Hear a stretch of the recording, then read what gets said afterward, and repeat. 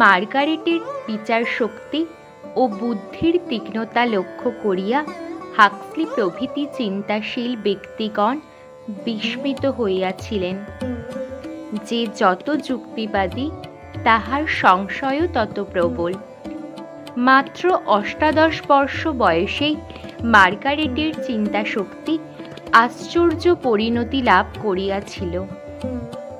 যুক্তি দ্বারা নিরূপণ করিতে গিয়া খ্রিস্টান মতবাদের সত্যতা সম্বন্ধে তাহার সন্দেহ জাগিল।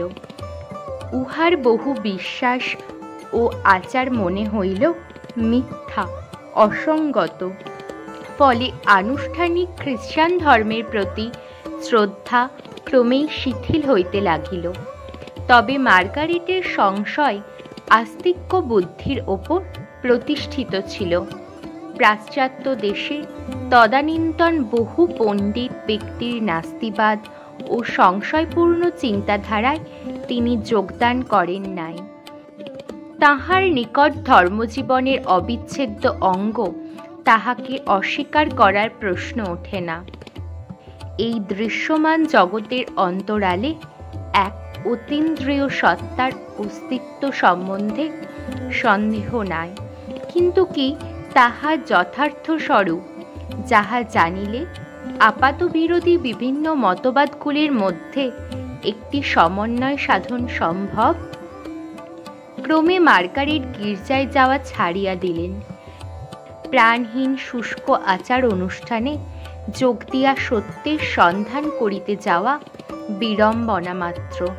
তথাপি সময়ে সময়ে মানসিক যন্ত্রণার তীব্রতা ও নৈরাশ্য যখন হৃদয়কে অবসন্ন করিয়া তুলিত, তখন অভ্যাসবশত তিনি আবার গির্জায় ছুটিয়া যাইতেন।